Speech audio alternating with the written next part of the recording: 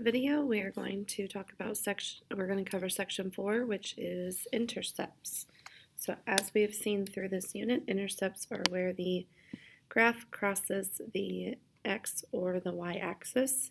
So an x-intercept is where a graph crosses the x-axis, and the y-intercept of a graph is where the graph or the line crosses the y-axis.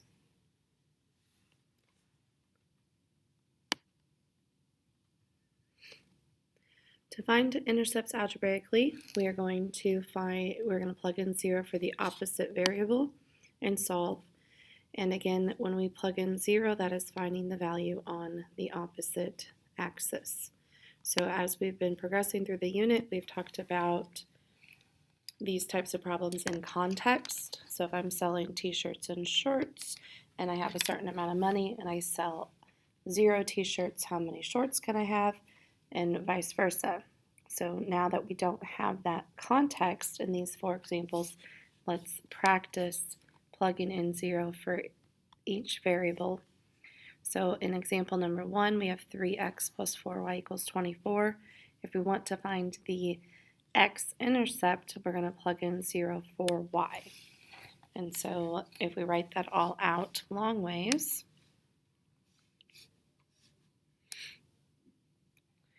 we'd have 3x plus 4, plugging in 0 for the y value, equals 24. And of course, 4 times 0 is 0, so that whole chunk is gone. That leaves us with 3x equals 24. So you don't have to write this part out each time if you understand. I'm plugging in 0 for y, and this is the pieces that I would have left. So divide both sides by 3. We would know that if the value of y is 0, x would be 8. If I wanted to write that as an ordered pair, I want to be at 8 on the x-axis, and I plugged in 0 for y. Opposite of that, if we find the y-intercept, we would plug in 0 for x. We would have 3 times 0 plus 4 times y equals 24. Again, 3 times 0 cancels out. We have 4y equals 24. And dividing to get y by itself, we divide both sides by 4, and we see that y equals 6. In this ordered pair, where we plugged in 0 for x, and we had that we were at 6 on the y-axis. Let's go ahead and try example number 2 together. So again, sometimes I just maybe even put my finger on my paper and I cover up this chunk or this chunk when I'm mentally just kind of plugging in 0. So if I plug in 0 for the y to get started, I would have 4x equals 16. But if I plug in 0 for x, well, in this example we have to be careful because this negative sign or minus sign in front of the 2 needs to carry with the 2. So again, I'm plugging in 0 for the y chunk. I get 4x equals 16. Divide both sides by 4.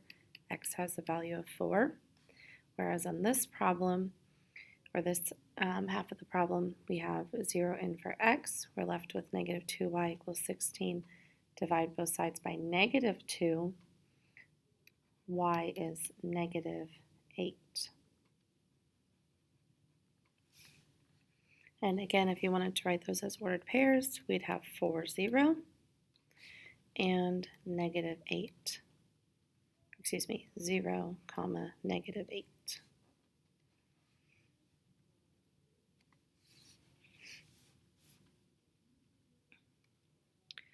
All right, so at this time, I'd like you to pause the video and try example 3 and 4, finding the x and y intercept for both of them. And when you are done trying 3 and 4, you can hit play.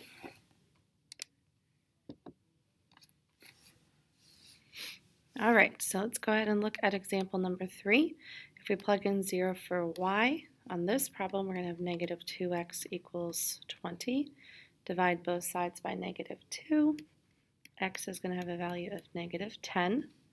If I plug in 0 for x, I'm going to have 5y equals 20. Divide both sides by 5. y has a value of 4. And those are my intercepts. And then on number 4, plug in 0 for the y value. I have negative 3x equals 12. Divide both sides by negative 3. My x-intercept is going to be negative 4. Plug in 0 for x. I'm going to have negative 2y equals 12. Check your work there. Did you bring that negative down with that 2y? If not, add it on there, and now divide both sides by negative 2, and y equals negative 6.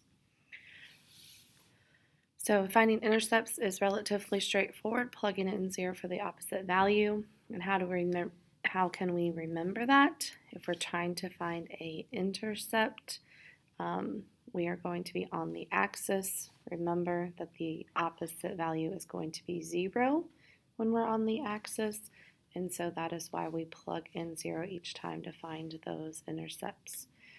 As we transition through the unit, we will use the value of intercepts to help us graph equations that are in standard form like this, where it's both the x and y are on the same side of the equation.